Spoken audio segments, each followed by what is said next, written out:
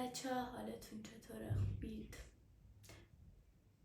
امروز من دارم براتون تنها ویدیو میذارم. ببخشید مهدی نیستش. گفتم تنها بیام براتون ویدیو بذارم، یه خورده با هم صحبت کنیم. ببخشید من با این سر و وضع و این قیافه داغون اومدم جلوی دوربین، نباید اینجوری بیام میدونم، ولی نتونستم خودم رو جمع جور کنم از دیروز تا به الان. بچه‌ها همیشه میگن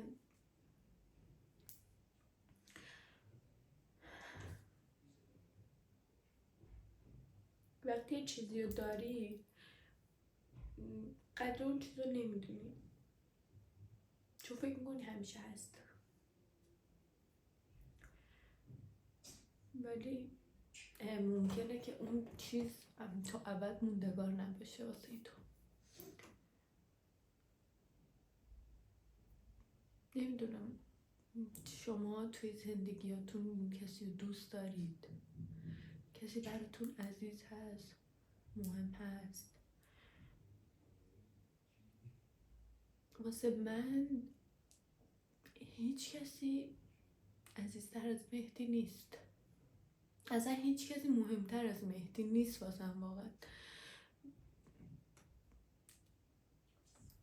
تو رو خدا اگه هر کسی رو تو زندگیتون دارید که براتون مهمه و دوستش دارید، قدرشو خیلی بدونید، چون درست لحظه که قدرشو نمیدونید، اگه یه خار بره تو پاش تازه میفهمید که چقدر براتون خیلی بیشتر از اون چیزی که فکر میکنید عزیز بود. بچه یه وقتایی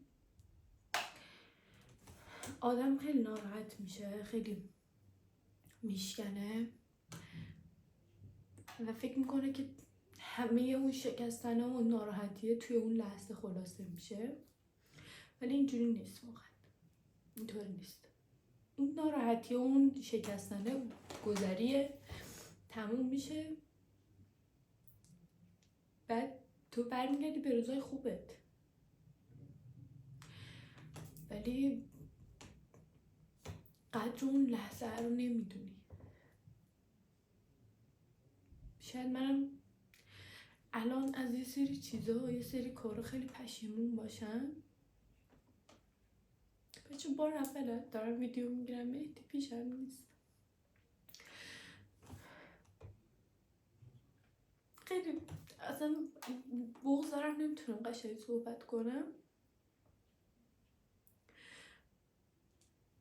بچه دیروز همه اینا رو گفتم، همه اینا رو گفتم که شما بدونید یه نفرم خواستن از ته دل یعنی چی؟ یعنی که فکر نکنی که همیشه هست، فکر نکنی تا ابد پیشت قرار بمونه. یه ثانیه به نبودنش فکر کن، یه ثانیه به این فکر کن که دیگه تو زندگیت نیست.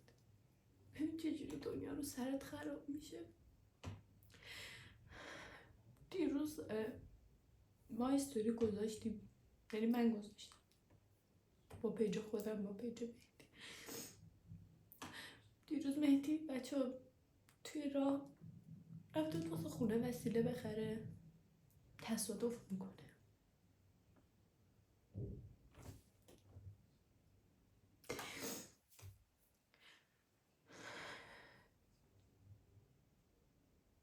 و تازه الان من میفهمم که چقدر دوست داشتن من کم بوده واسه این آدم، خیلی بیشتر از اون چیزی که الان دارم نبودنش رو حس میکنم دوستش دارم، خیلی زیاد.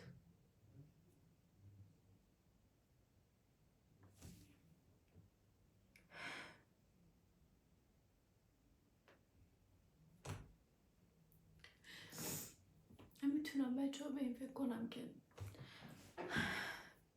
حتی یک ثانیه این آدم کنار من نباشه واقعا منو به هم میزنه، واقعا حالمو بد میکنه. چجوری میشه یه آدم انقدر عزیز باشه واسد، انقدر برات مهم باشه. بچه تو رو خدا واسه مهدی دعا کنید.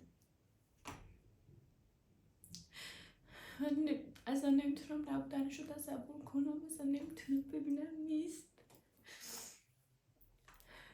دعا کنید هرچه زودتر دوباره با هم توی یه کادر ویدیو بگیریم. ما باید دوباره کنار هم باشیم.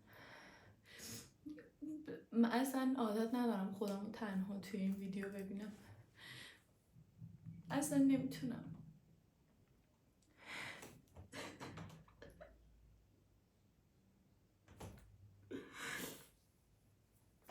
فقط میخوام که شما بچه تک تکتون دعا کنید. خواهش میکنم ازتون. مهدی دوباره حالش خوب شه، برگرده. همیشه تو روزای خوبمون کنارمون بودید، همیشه حمایت کردید، هوامون رو داشتید. دوست دارم الانم همون جوری باشه. الانم دعا کنید. نمیگم ویدیومو لایک کنید، نمیگم مثلا کامنت بذارید، نمیگم هیچی نمیخوام. فقط دعا کنید بچه. دعا کنید من یه بار دیگه مهدی رو ببینم، بتونم دوباره بغلش کنم. باید کنارم باشه و بدون اون مردن.